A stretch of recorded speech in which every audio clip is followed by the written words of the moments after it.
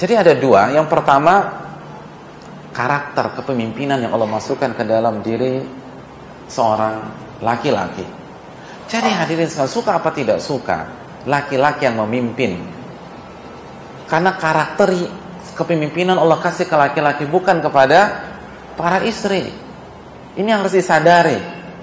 Oleh karena itu, kalau rumah tangga kita mau sakinah, mawaddah, warahmah, para suami harus berani mengambil keputusan. Ya, tidak, tidak.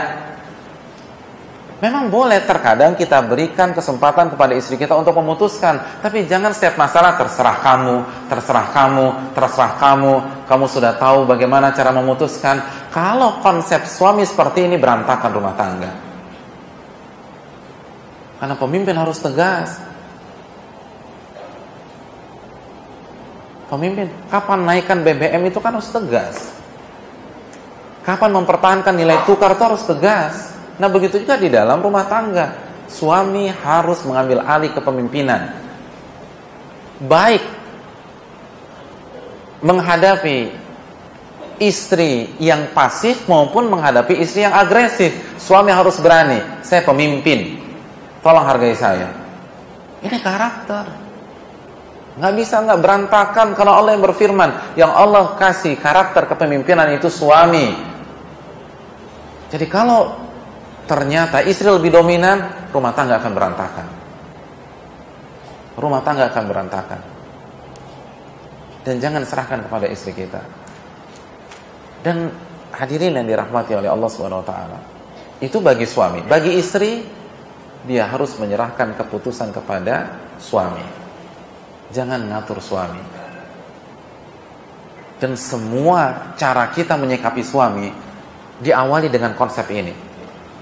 Hadirin, khususnya para akhwat, para ibu-ibu yang ada di belakang. Betul, suami itu teman hidup kita. Tapi ketika kita berbicara kepada suami kita, kita sedang berbicara dengan teman hidup kita sekaligus pemimpin kita. Betul, suami adalah teman hidup kita. Namun pada saat kita memberikan nasihat dan masukan, kita sedang memberikan nasihat kepada teman hidup dan sekaligus pemimpin kita. Betul, suami adalah teman hidup kita. Namun pada saat kita marah, kita kecewa dengan sikapnya, kita sedang kecewa dan marah dengan teman hidup sekaligus pemimpin kita. Apa maksudnya? Ada adab di sana. Berbicara dengan pemimpin itu berbeda. Jangan samakan dengan teman nongkrong kita, teman arisan kita, teman kongko-kongko kita, nggak bisa. Dan suami akan marah. Karena sekali lagi, Allah masukkan sifat kepemimpinan di dalam dirinya. Ketika kepemimpinannya nggak dihargai, itu otomatis berontak. Ini yang kadang-kadang dilupakan oleh para istri dan sebagian para suami. Istri harus tahu, saya berbicara dengan pemimpin, jadi jangan ada suara tinggi. Jangan marah, jangan galakan dia daripada suaminya. Gak bisa. Suami gak akan bisa ditaklukkan dengan cara seperti itu. Jadikan dia seorang pemimpin sejati, maka dia akan berikan kasih sayang kepada kita. Dan kalau dia tidak berikan, maka Allah SWT akan membela kita. Hadirin yang dirahmati oleh Allah SWT, silakan kasih nasihat kepada suami kita. Tapi ingat, memberikan nasihat kepada pemimpin ada caranya, jangan langsung main disalah-salahin aja. Jangan ketika suami pulang jam 12:30 malam, langsung istri bilang, jam berapa ini mas? Jam berapa? Kamu lihat aja sendiri itu, jelas jamnya. Aku mau tidur, kan begitu, aku mau tidur. Nanya lagi jam berapa? Gak bisa, gak efektif. Bicara sama pemimpin gak demikian. Ada seni berbicara dengan pemimpin. Ada seni memberikan masukan kepada pemimpin. Ada seni memberikan nasihat kepada pemimpin. Nggak bisa. Karena kalau kita melanggar ini, kita sedang melanggar sunnatullah. Bima faddalallahu ba'dahum ala ba'd. Allah yang memberikan itu. Kalau marah ada seni, nggak bisa disamakan. Ustaz, tapi kan laki-laki dan wanita harus sama Pak Ustaz. Nggak bisa. Itu konsep yang keliru. Sekarang saya tanya sama yang ada di balik hijab. Kalau saya manggil yang ada di balik hijab, bapak-bapak sekalian, kira-kira di sana marah nggak? Marah kan? Saya kurang cantik nih Pak Ustadz dipanggil bapak-bapak. Panggilan aja udah beda. Di depan bapak-bapak, di belakang ibu-ibu, di depan ikhwan, di belakang akhwat. Nggak mungkin kita samakan. Yang pemimpin cuma satu. Dan hadirin, semua wilayah, semua negara, semua daerah, kalau ada dua pemimpin maka akan hancur. Coba bayangin nggak kan kalau Indonesia ada dua pemimpin, gimana hancurnya itu? Begitu juga bagaimana hancurnya sebuah perusahaan kalau ada dua pemimpin.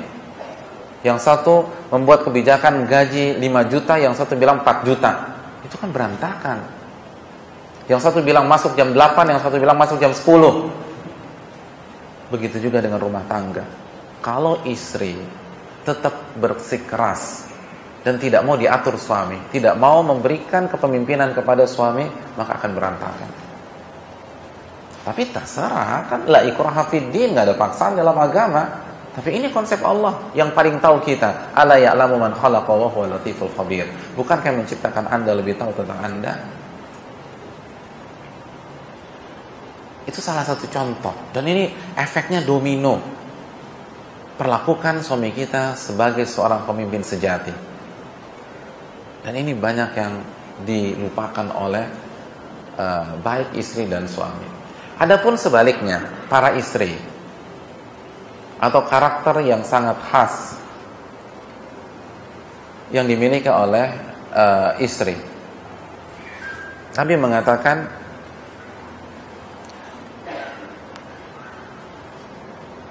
atau sebelum istri, saya sedikit lanjutkan tentang suami. Dan itu kan positifnya pemimpin ya. Dan salah satu sisi negatif pemimpin apa? Egois, mau menang sendiri. Itu sikap egois, itu memang sifat yang gak bisa dipisahkan dengan pemimpin. Jadi kalau ibu-ibu sekalian atau para akhwat melihat suaminya kok egois banget, mau menang sendiri, itu wajar aja. Ingat surat An-Nisa 34. Jangan terlalu heboh, jangan shock, jangan jantungan. Ini menunjukkan kita gak ngerti suami kita. Kalau kita tahu karakter suami, kita akan tenang. Ketika suami kita begitu debat ngotot, ya namanya juga laki-laki. Jadi anggap santai aja gitu loh. Karena memang pemimpin tuh begitu. Memang ada jiwa egois dalam pemimpin. Karena kalau dia nggak egois, gimana dia mimpin rapat? Kan harus egois. Enggak, ini keputusan saya, itu kan ada unsur egois. Tapi yang jadi masalah kadang-kadang suka kebablasan. Bukan kadang-kadang Pak Ustadz sering. Oh ya, oke maaf, sering kebablasan. Ya maklumin aja lah gitu. Jadi nggak usah shock gitu, nggak usah shock. Nggak usah shock. Begitu juga sebaliknya. Wanita, salah satu karakter wanita, hadis tadi, hadis Bukhari. Kata Nabi, wanita itu dari tulang bengkok, tulang rusuk yang bengkok. Dan yang paling bengkok itu apa? Yang paling tinggi, yang paling atas. Apa paling atas? Al-Hafidh Ibnu Hajar mengatakan maksud paling atas itu lisan. Itu yang paling susah dikontrol wanita. Betul nggak ibu-ibu? Ibu-ibu diam. Betul. Lalu kata Nabi, kalau engkau tidak luruskan, maka dia akan terus. Kalau engkau paksa dia, maka kasartaha, maka Anda akan patahkan dia. Tapi kalau Anda tidak luruskan, ya bengkok terus. Jadi ada seninya menyikapi kesalahan istri. Gak bisa langsung bet gitu loh. Kamu harus ini, kamu harus itu, kamu harus, nggak bisa. Nabi katakan kalau Anda saklek patah. Dan apa maksud patah? Cerai, kata Al-Hafidh Ibnu Hajar. Cerai. Jadi kalau konsep kita membangun keluarga dengan cara militer, kamu harus begini, kau harus begini, kau harus begini, kau harus begini, cerai. Kalau tidak cerai, tidak ada kebahagiaan. Istri memaksakan karena faktor anak dan seterusnya, nggak ada kebahagiaan. Nggak bisa cara menyikapi wanita demikian. Tapi kalau nggak dinasehati, ya bengkok terus. Itu sudah wanita. Dan bapak-bapak, para ikhwan sekalian, sekali lagi, jangan terlalu memusingkan lisan istri kita. Jangan terlalu mengaudit setiap kata dan huruf yang dikeluarkan istri kita, karena itu kelemahannya. Jadi kalau istri kita bicaranya nyelekit, tajam, seolah-olah menjatuhkan wibawa kita, ya biasa aja. Wong itu kelemahannya. biasa aja. Sama seperti tadi, istri ketika melihat suaminya itu egois, mau menang sendiri, biasa aja. Selama hanya buih-buih atau letupan-letupan kecil. Hadirin, salah satu faktor banyak terjadi perceraian apa? Karena suami terlalu hiperbola dalam menyikapi lisan istri. Karena tren istri di masyarakat, kalau ada masalah dikit apa? Ceraikan aku mas, ceraikan aku mas, ceraikan aku mas, ceraikan aku kalau kau jantan dan sebagainya. Bicara kejantanan, subhanallah. Dan itu saya ketika pertama kali saya mendengar teori fikih ini, jadi salah satu dosen kami, seorang pakar fikih mengatakan, kenapa talak di tangan suami? Kenapa nggak di tangan wanita? Kata para ulama fikih, karena kalau di tangan wanita tidak ada suami di kelas ini, gitu loh. Semuanya duda, katanya. Diceraikan semua sama istri masing-masing. Saya tuh waktu dengar, kan kita dulu waktu kuliah kan udah nikah gitu loh. Artinya biasa S1 fakultas syariat atau fakultas agama itu biasanya trennya nikahnya cepat-cepat gitu kan ya.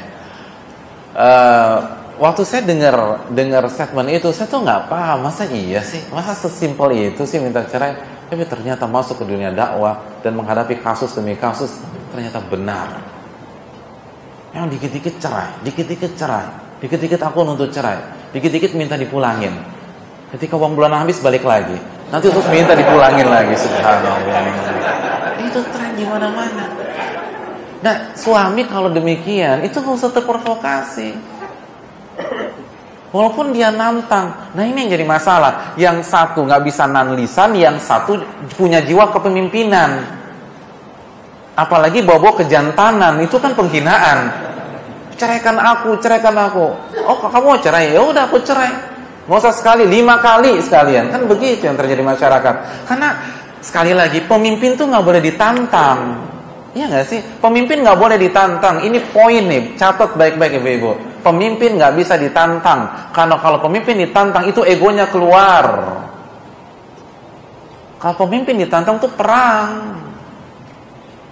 Pemimpin nggak boleh ditantang. Bukan begitu cara ngadepinnya. Nah, di sisi lain, kalau ditantang sama istri, anggap wajar. Itu lisannya perempuan tuh begitu. Dibuat seru-seruan aja gitu loh. Ini terlalu dramatisir, ya Allah, siaga satu, ya Allah. Ini biasa. Jadi digombal-gombalin nggak masalah. Nanti juga senyum-senyum sendiri. Jadi jangan terus saklek gitu, angker, nggak usah. Jadi banyak masalah demikian. Saya tahu ada seorang teman itu nikah 15 tahun. Nikah 15 tahun. Itu setahu saya dua-duanya hafid dan hafidhah. Cerai gara-gara masalah ini. Ceraikan aku mas, ceraikan aku mas, ceraikan aku mas. Ya udah kalau begitu aku ceraikan aja, selesai. Selesai. Karakter, kita harus tahu karakter masing-masing, kelebihan dan kekurangannya. Lisan wanita itu kelemahannya, dia susah kontrol lisan. Dan sekaligus keahliannya. Jadi kalau dirayu untuk beli tas, beli sepatu, sendal, jangan terprovokasi. Iya, itu sendal udah ada 17 pasang di rumah. Itu lisannya. Tapi nggak usah marah-marah, nggak usah ngamuk gitu loh. Lalu setiap saat bawakan hadis tentang hari kiamat, la tazulu qadama 'abdin yaumil qiyamah hatta yus'ala arba. Kasih hadis bagus, tetapi nggak semuanya harus selalu serius gitu maksud saya. Ya itu kelemahan perempuan tuh begitu gitu loh. Janji deh satu kali lagi, besok ngeliat gamis bagus minta lagi. Itu perempuan banget. Dan bersyukurlah berarti istri kita perempuan gitu loh. Ya biasa aja lah. Tapi gak usah terlalu dirusak. Ya ini kita harus mempelajari karakter, itu penting. Dan itu baru satu karakter yang kita bahas. Dan Islam sudah membahas seluruhnya secara komprehensif.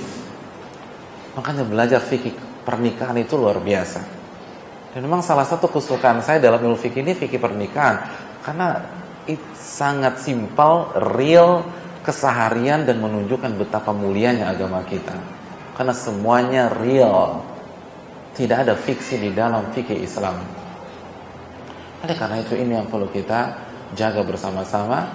Dan saya juga ingatkan pentingnya antum mempelajari manajemen konflik di dalam rumah tangga. Dan itu ada seninya di dalam Al-Quran dan hadis-hadis Nabi SAW. Manajemen konflik itu penting. Tapi qadarullah waktu tidak mencukupi. Ini yang bisa disampaikan pada kesempatan kali ini. Semoga bermanfaat. Dan semoga cinta kita bisa kawal sampai surga Allah Subhanahu wa taala. Dan jangan lupa beribadah kepada Allah, jangan lupa bertakarub kepada Allah Subhanahu wa taala, dan selalu hiasi rumah tangga kita dengan ketakwaan. Wa man yattaqillaha yaj'al lahu makhraja. Dan barang siapa yang bertakwa kepada Allah, Allah akan berikan jalan keluar dari setiap masalah kita, termasuk masalah-masalah keluarga, masalah rumah tangga. Dan ingat ayat ini Allah cantumkan dalam surat At-Talaq, surat cerai. Seakan-akan Allah ingin mengatakan kepada kita, kalau kita bertakwa, maka masalah-masalah keluarga tidak akan terjadi. Maka anti klimaks dari setiap masalah rumah tangga itu perceraian, insya Allah bisa kita jauhi. Ini yang bisa disampaikan. Kita buka sesi tanya jawab. Wassalamualaikum warahmatullahi wabarakatuh.